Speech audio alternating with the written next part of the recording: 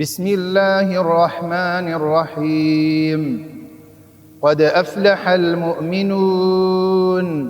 الذين هم في صلاتهم خاشعون والذين هم عن اللغو معرضون والذين هم للزكاة فاعلون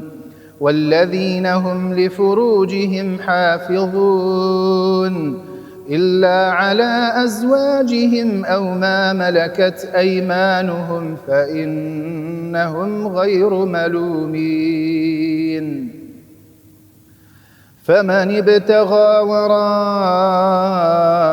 ذلك فأولئك هم العادون والذين هم لأماناتهم وعهدهم راعون والذين هم على صلواتهم يحافظون أولئك هم الوارثون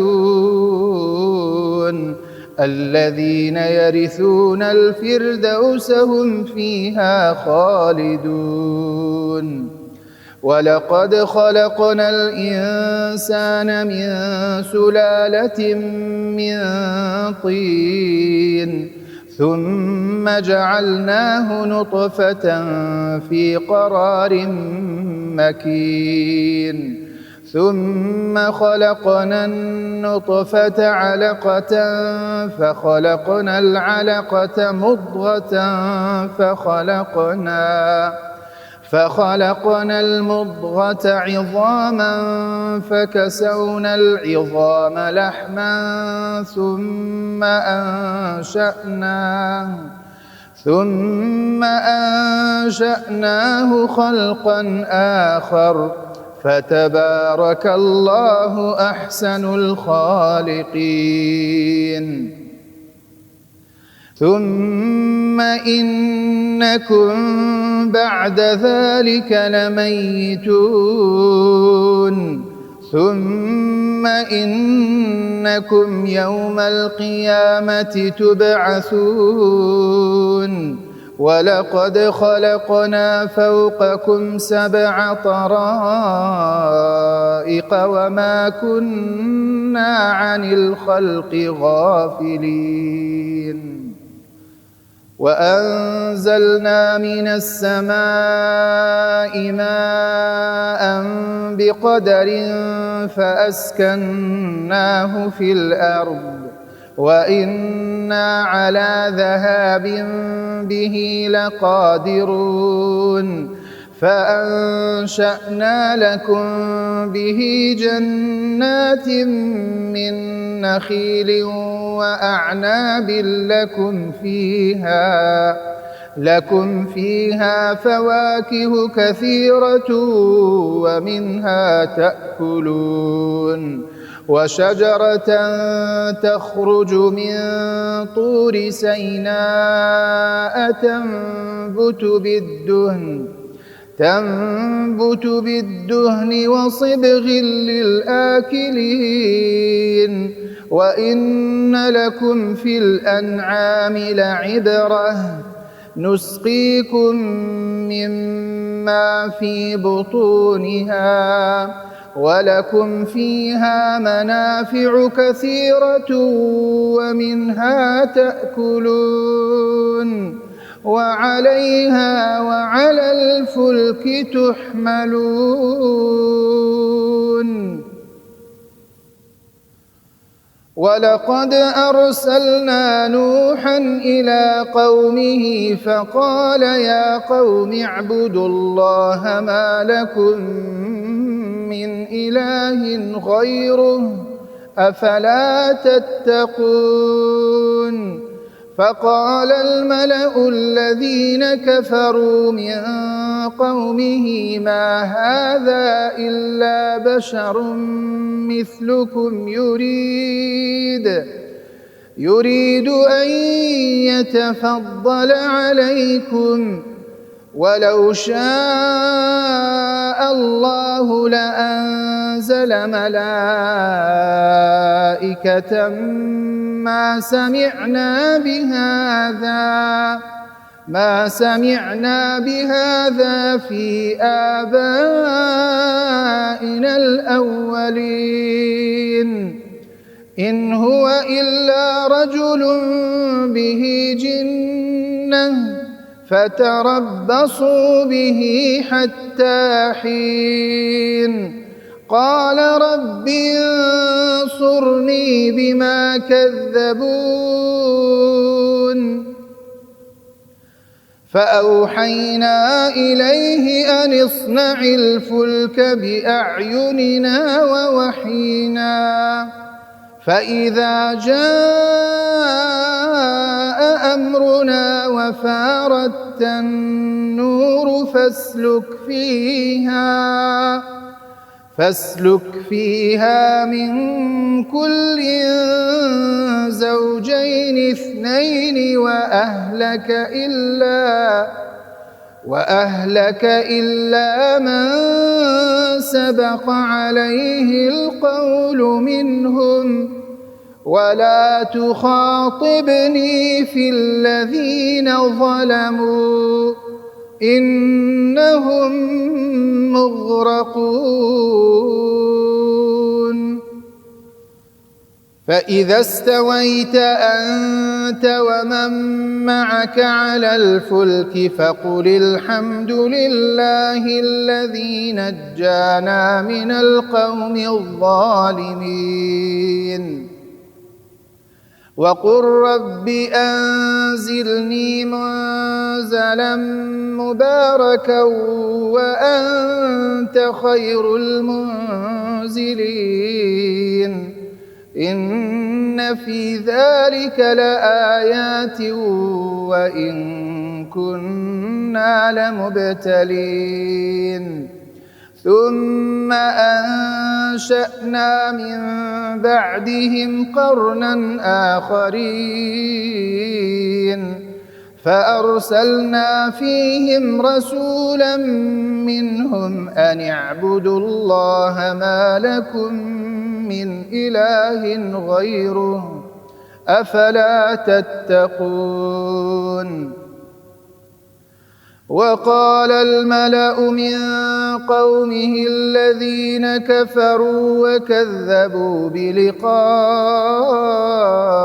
الآخرة وأترفناهم في الحياة الدنيا ما هذا إلا بشر مثلكم يأكل مما تأكلون منه ويشرب مما تشربون ولئن أطعتم بشرا مثلكم إنكم إذا لخاسرون أيعدكم أنكم إذا متم وكنتم ترابا وعظاما أنكم مخرجون هيهات هيهات لما توعدون إن هي إلا حياتنا الدنيا نموت ونحيا وما نحن بمبعوثين إن هو إلا رجل افترى على الله كذبا وما نحن له بمؤمنين قال رب انصرني بما كذبون قال عما قليل ليصبحن نادمين فأخذتهم الصيحة بالحق فجعلناهم غثاء فبعدا للقوم الظالمين ثم أنشأنا من بعدهم قرونا آخرين ما تسبق من أمة أجلها وما يستأخرون ثم أرسلنا رسلنا تترى كلما جاء أمة رسولها كذبوه فأتبعنا بعضهم بعضا وجعلناهم أحاديث فبعدا لقوم لا يؤمنون ثم أرسلنا موسى وأخاه هارون بآياتنا وسلطان مبين إلى فرعون وملئه فاستكبروا وكانوا قوما عالين فقالوا أنؤمن لبشرين مثلنا وقومهما لنا عابدون فكذبوهما فكانوا من المهلكين ولقد آتينا موسى الكتاب لعلهم يهتدون وجعلنا ابن مريم وأمه آية وآويناهما إلى ربوة ذات قرار ومعين يا أيها الرسل كلوا من الطيبات واعملوا صالحا إني بما تعملون عليم وإن هذه أمتكم أمة واحدة وأنا ربكم فاتقون فتقطعوا أمرهم بينهم زبرا كل حزب بما لديهم فرحون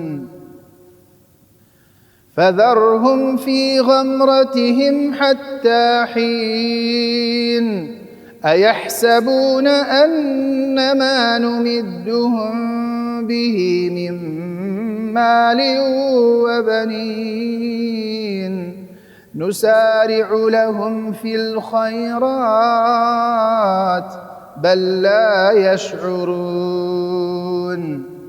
إن الذين هم من خشية ربهم مشفقون والذين هم بآيات ربهم يؤمنون والذين هم بربهم لا يشركون والذين يؤتون ما آتوا وقلوبهم وجلة أنهم إلى ربهم راجعون أولئك يسارعون في الخيرات وهم لها سابقون ولا نكلف نفسا إلا وسعها ولدينا كتاب ينطق بالحق وهم لا يظلمون بل قلوبهم في غمرة من هذا ولهم أعمال من دون ذلك هم لها عاملون حتى إذا أخذنا مترفيهم بالعذاب إذا هم يجأرون لا تجأروا اليوم إنكم منا لا تنصرون قد كانت آياتي تتلى عليكم فكنتم على أعقابكم تنكصون مستكبرين به سامرا تهجرون أفلم يدبروا القول أم جاءهم ما لم يأت آباءهم الأولين أم لم يعرفوا رسولهم فهم له منكرون أم يقولون به جنة بل جاءهم بالحق وأكثرهم للحق كارهون ولو اتبع الحق أهواءهم لفسدت السماوات والأرض ومن فيهن بل أتيناهم بذكرهم فهم عن ذكرهم معرضون أم تسألهم خرجا فخراج ربك خير وهو خير الرازقين وإنك لتدعوهم إلى صراط مستقيم وإن الذين لا يؤمنون بالآخرة عن الصراط لناكبون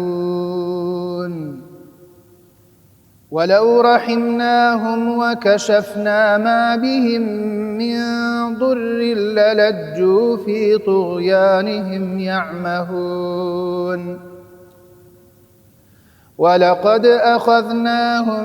بالعذاب فما استكانوا لربهم وما يتضرعون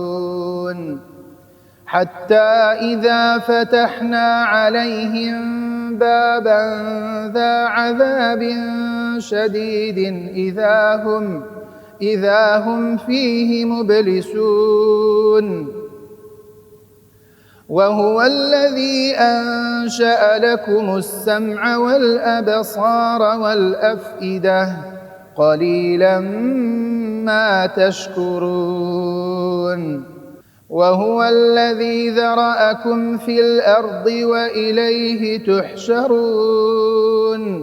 وهو الذي يحيي ويميت وله اختلاف الليل والنهار أفلا تعقلون بل قالوا مثل ما قال الأولون قالوا أإذا متنا وكنا ترابا وعظاما أإنا لمبعوثون لقد وعدنا نحن وآباؤنا هذا من قبل إن هذا إلا أساطير الأولين قل لمن الأرض ومن فيها إن كنتم تعلمون سيقولون لله قل أفلا تذكرون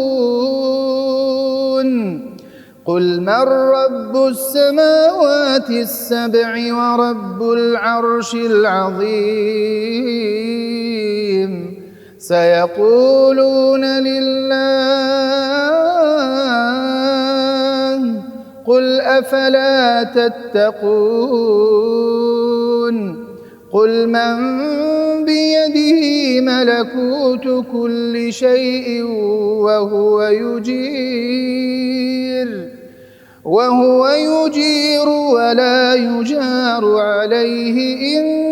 كنتم تعلمون سيقولون لله قل فأنا تسحرون بل أتيناهم بالحق وإنهم لكاذبون ما اتخذ الله من ولد وما كان معه من إله إذا لذهب كل إله بما خلق ولعلى بعضهم على بعض سبحان الله عما يصفون عالم الغيب والشهادة فتعالى عما يشركون قل رب إما تريني ما يوعدون رب فلا تجعلني في القوم الظالمين وإنا على أن نريك ما نعدهم لقادرون ادفع بالتي هي أحسن السيئة نحن أعلم بما يصفون وقل رب أعوذ بك من همزات الشياطين وأعوذ بك رب أن يحضرون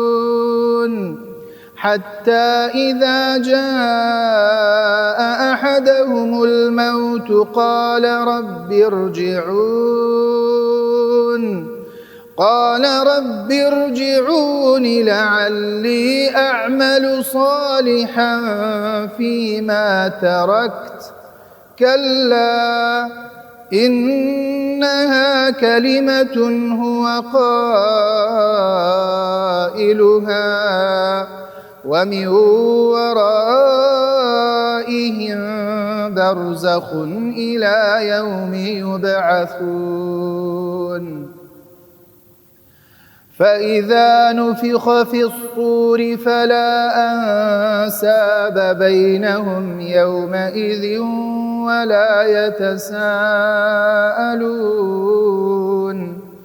فمن ثقلت موازينه فأولئك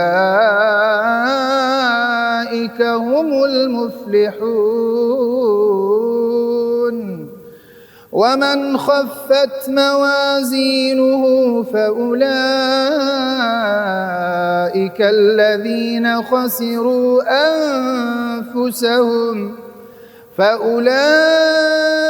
الذين خسروا أنفسهم في جهنم خالدون تلفح وجوههم النار وهم فيها كالحون ألم تكن آياتي تتلى عليكم فكنتم بها تكذبون قالوا ربنا غلبت علينا شقوتنا وكنا قوما ضالين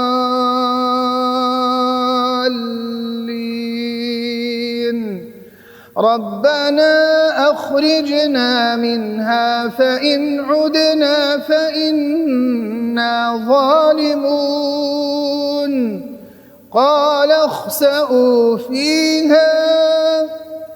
قال اخسئوا فيها ولا تكلمون إنه كان فريق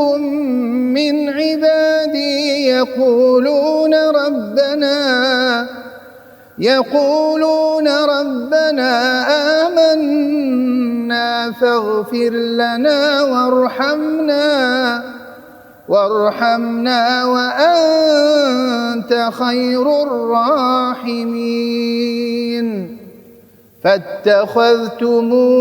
سخريا حتى أنسوكم ذكري وكنتم منهم تضحكون إني جزيتهم اليوم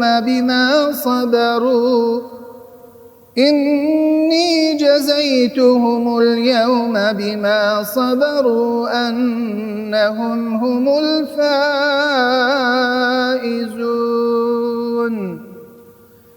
قال كم لبثتم في الأرض عدد سنين قالوا لبثنا يوما أو بعض يوم فاسأل العادين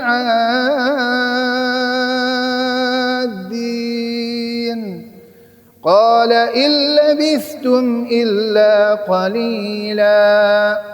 لو أنكم كنتم تعلمون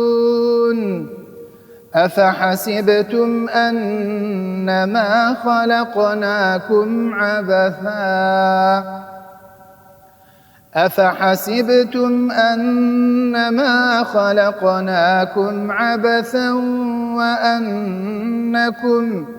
وأنكم إلينا لا ترجعون فتعالى الله الملك الحق لا إله إلا هو رب العرش الكريم ومن يدع مع الله إلها آخر لا برهان له به فإنما حسابه عند ربه إنه لا يفلح الكافرون وقل رب اغفر وارحم وأنت خير الراحمين. بسم الله الرحمن الرحيم. سورة أنزلناها وفرضناها وأنزلنا فيها آيات بينات لعلكم تذكرون. الزانية والزاني فاجلدوا كل واحد منهما 100 جلدة ولا تأخذكم بهما رأفة في دين الله إن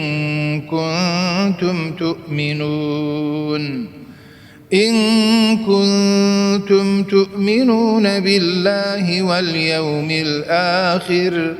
وليشهد عذابهما طائفة من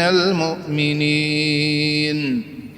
الزاني لا ينكح إلا زانية أو مشركة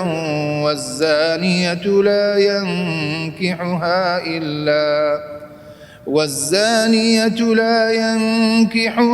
إلا زان أو مشرك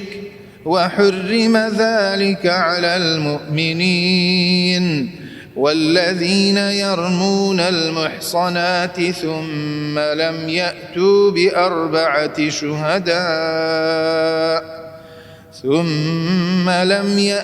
بأربعة شهداء فاجلدوهم 80 جلدة ولا تقبلوا لهم شهادة أبدا وأولئك هم الفاسقون. إلا الذين تابوا من بعد ذلك وأصلحوا فإن الله غفور رحيم. والذين يرمون أزواجهم ولم يكن لهم شهداء إلا أنفسهم فشهادة أحدهم 4 شهادات بالله إنه لمن الصادقين. والخامسة أن لعنة الله عليه إن كان من الكاذبين. ويدرأ عنها العذاب أن تشهد 4 شهادات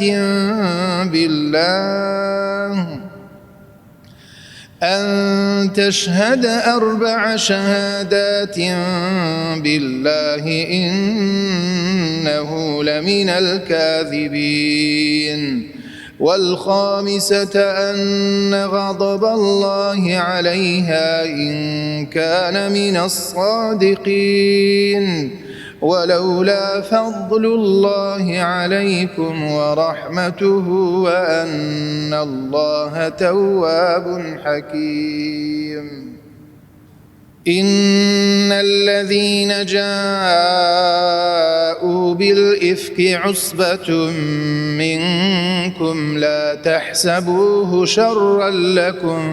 بل هو خير لكم، لكل امرئ منهم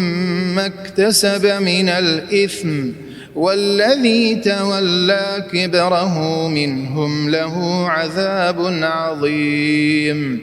لولا إذ سمعتموه ظن المؤمنون والمؤمنات بأنفسهم خيرا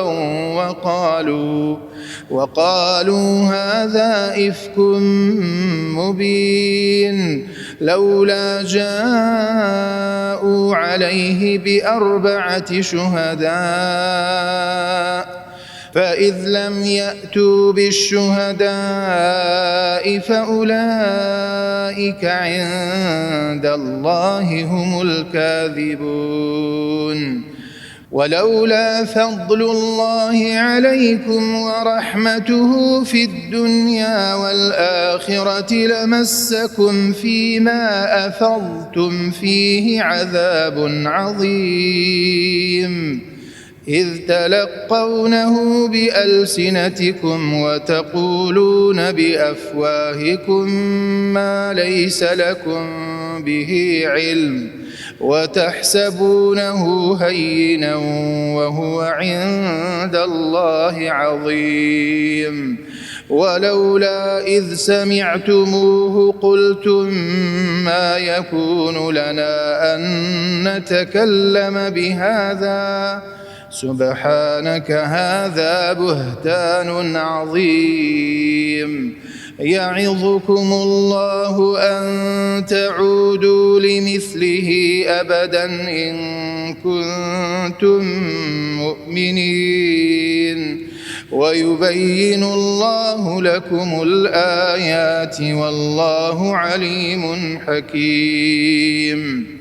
إن الذين يحبون أن تشيع الفاحشة في الذين آمنوا لهم عذاب أليم في الدنيا والآخرة، والله يعلم وأنتم لا تعلمون. ولولا فضل الله عليكم ورحمته وأن الله رءوف رحيم.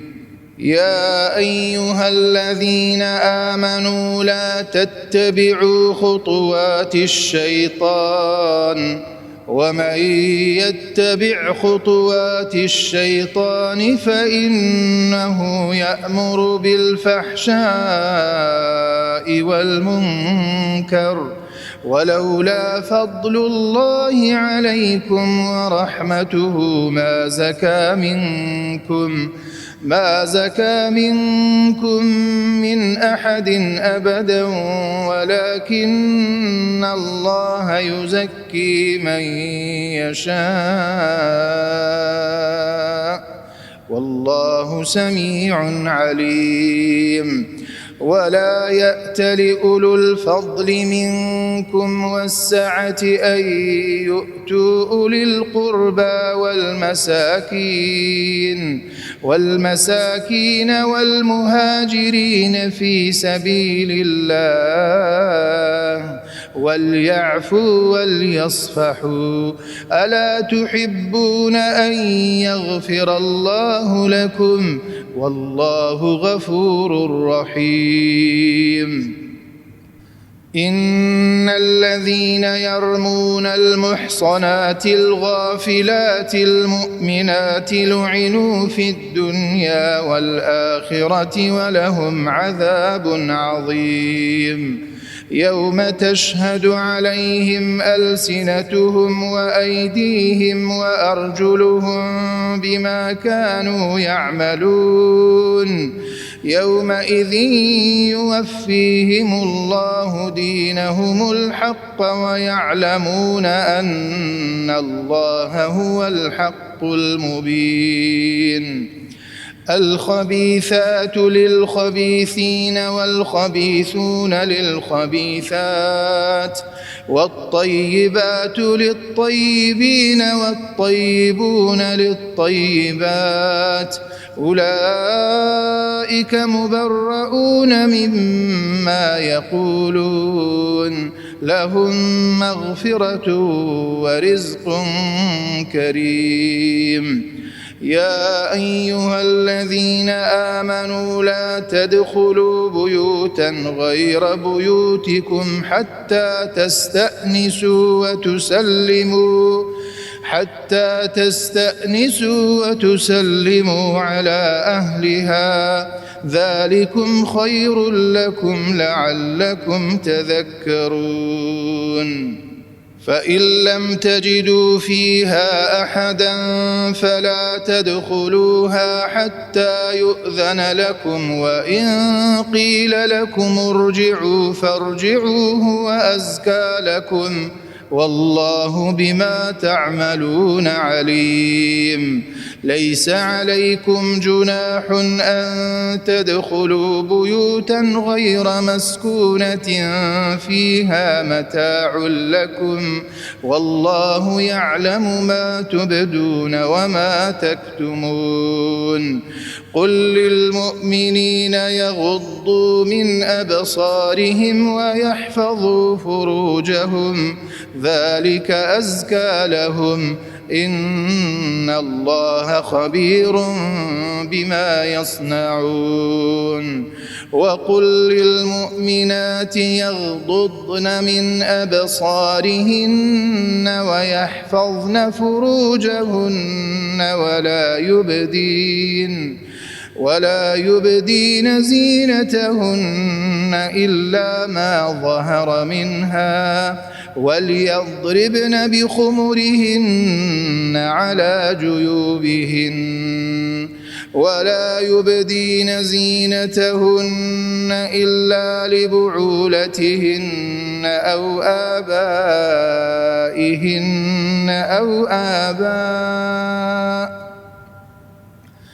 أو آباء بعولتهن أو أبنائهن أو أبناء بعولتهن أو إخوانهن أو بني إخوانهن أو بني أخواتهن أو نسائهن أو ما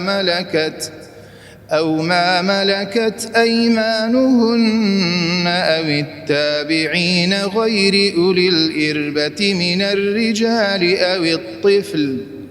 أو الطفل الذين لم يظهروا على عورات النساء ولا يضربن بأرجلهن ليعلم ما يخفين من زينتهن وتوبوا إلى الله جميعا أيها المؤمنون لعلكم تفلحون. وأنكحوا الأيام منكم والصالحين من عبادكم وإمائكم إن يكونوا فقراء يغنهم الله من فضله والله واسع عليم. وليستعفف الذين لا يجدون نكاحا حتى يغنيهم الله من فضله والذين يبتغون الكتاب مما ملكت أيمانكم فكاتبوهم إن علمتم فيهم خيرا وآتوهم مما لله الذي آتاكم ولا تكرهوا فتياتكم على البغاء إن أردنا تحصنا لتبتغوا عرض الحياة الدنيا ومن يكرههن فإن الله من بعد إكراههن غفور رحيم. ولقد أنزلنا إليكم آيات مبينات ومثلا من الذين خلوا من قبلكم وموعظة للمتقين.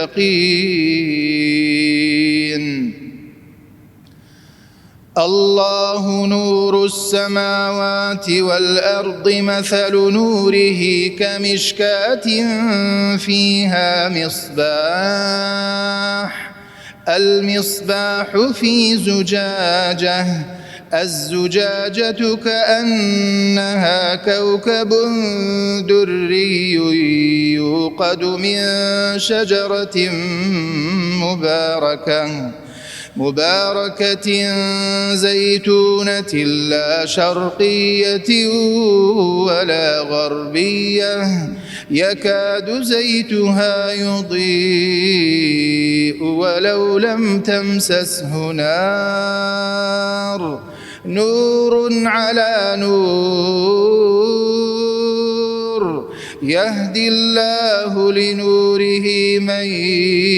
يشاء ويضرب الله الأمثال للناس والله بكل شيء عليم. في بيوت أذن الله أن ترفع ويذكر فيها اسمه يسبح له فيها بالغدو والآصال رجال لا تلهيهم تجارة ولا بيع عن ذكر الله وإقام الصلاة وإيتاء الزكاة يخافون يوما تتقلب فيه القلوب والأبصار ليجزيهم الله أحسن ما عملوا ويزيدهم من فضله والله يرزق من يشاء بغير حساب. والذين كفروا أعمالهم كسراب بقيعة يحسبه الظمآن ماء حتى إذا جاءه لم يجده شيئا ووجد الله عنده فوفاه حسابه والله سريع الحساب. أو كظلمات في بحر لجي يغشاه موج من فوقه سحاب ظلمات بعضها فوق بعض إذا أخرج يده لم يكد يراها ومن لم يجعل الله له نورا فما له من نور. ألم تر أن الله يسبح له من في السماوات والأرض والطير صافات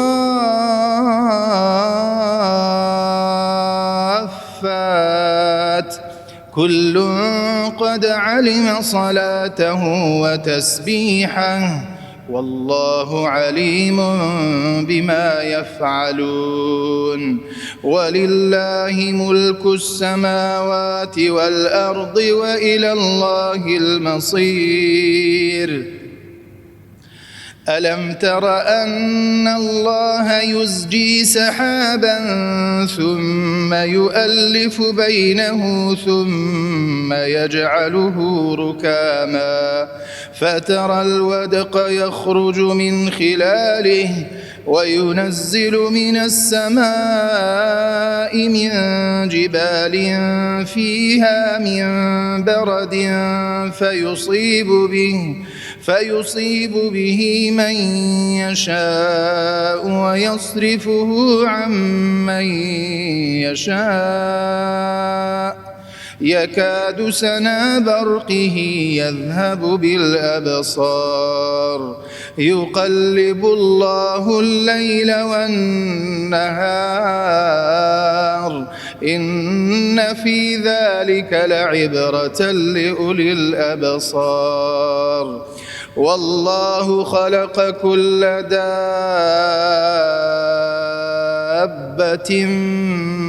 من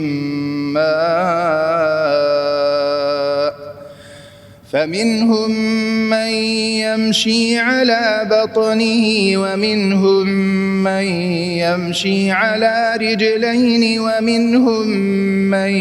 يمشي على أربع يخلق الله ما يشاء إن الله على كل شيء قدير لقد أنزلنا آيات مبينات والله يهدي من يشاء إلى صراط مستقيم ويقولون آمنا بالله وبالرسول وأطعنا ثم يتولى فريق منهم من بعد ذلك وما أولئك بالمؤمنين وإذا دعوا إلى الله ورسوله ليحكم بينهم إذا فريق منهم معرضون وإن يكن لهم الحق يأتوا إليه مذعنين أفي قلوبهم مرض أم ارتابوا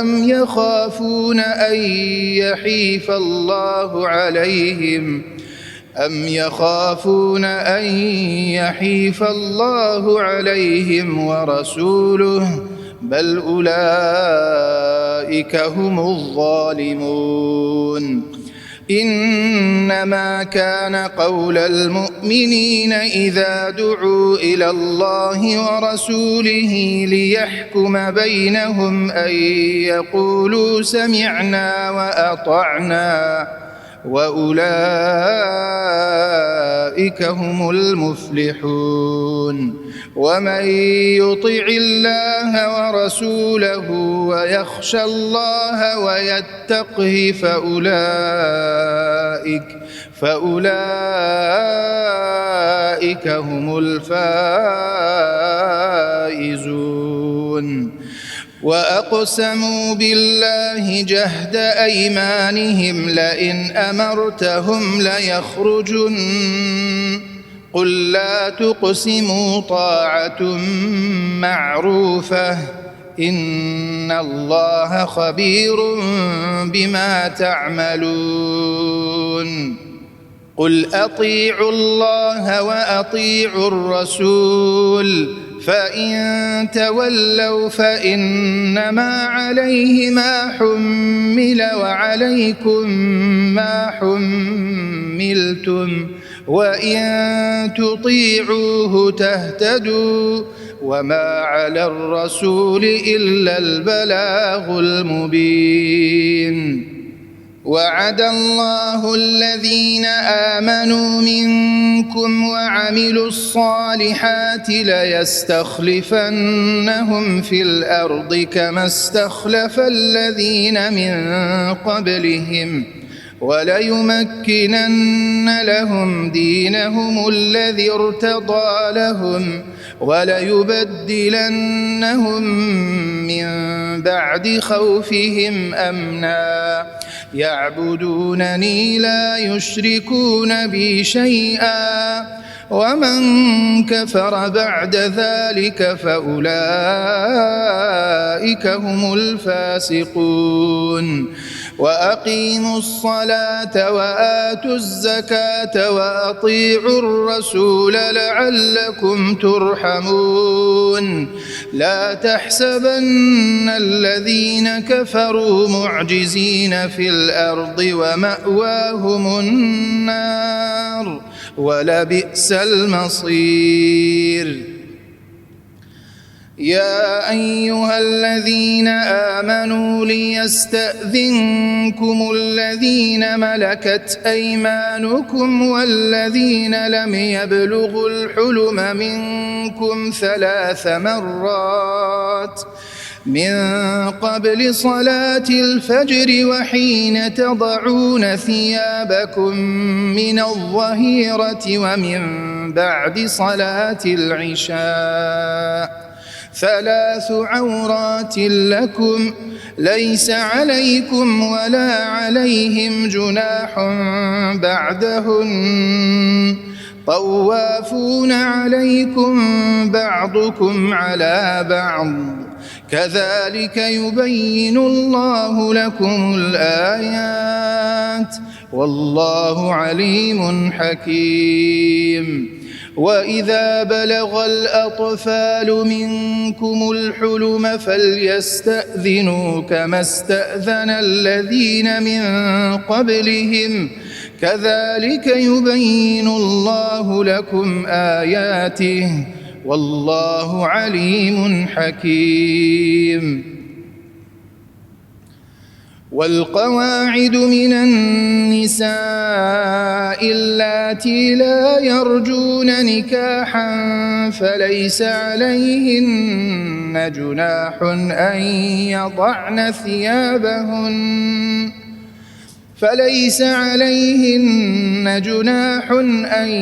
يضعن ثيابهن غير متبرجات بزينة وأن يستعففن خير لهن والله سميع عليم ليس على الأعمى حرج ولا على الأعرج حرج ولا على المريض حرج ولا على أنفسكم أن تأكلوا من بيوتكم أو بيوت آبائكم أو بيوت أمهاتكم أو بيوت إخوانكم أو بيوت أخواتكم أو بيوت أعمامكم أو بيوت عماتكم أو بيوت أخوالكم أو بيوت خالاتكم أو ما ملكتم مفاتحه أو صديقكم ليس عليكم جناح أن تأكلوا جميعا أو أشتاتا فإذا دخلتم بيوتا فسلموا على أنفسكم تحية من عند الله مباركة طيبة كذلك يبين الله لكم الآيات لعلكم تعقلون إنما المؤمنون الذين آمنوا بالله ورسوله وإذا كانوا معه على أمر جامع لم يذهبوا حتى يستأذنوه إن الذين يستأذنونك أولئك الذين يؤمنون بالله ورسوله فإذا استأذنوك لبعض شأنهم فأذن لمن شئت منهم واستغفر لهم الله إن الله غفور رحيم لا تجعلوا دعاء الرسول بينكم كدعاء بعضكم بعضا قد يعلم الله الذين يتسللون منكم لواذا فليحذر الذين يخالفون عن أمره أن تصيبهم فتنة أو يصيبهم عذاب أليم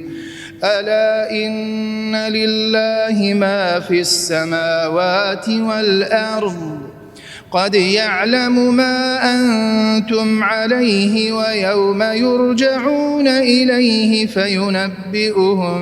بما عملوا والله بكل شيء عليم.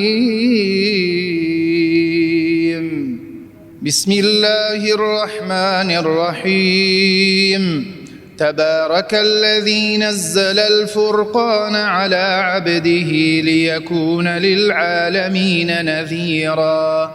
الذي له ملك السماوات والأرض ولم يتخذ ولدا ولم يكن له شريك في الملك وخلق كل شيء فقدره تقديرا واتخذوا من دونه آلهة لا يخلقون شيئا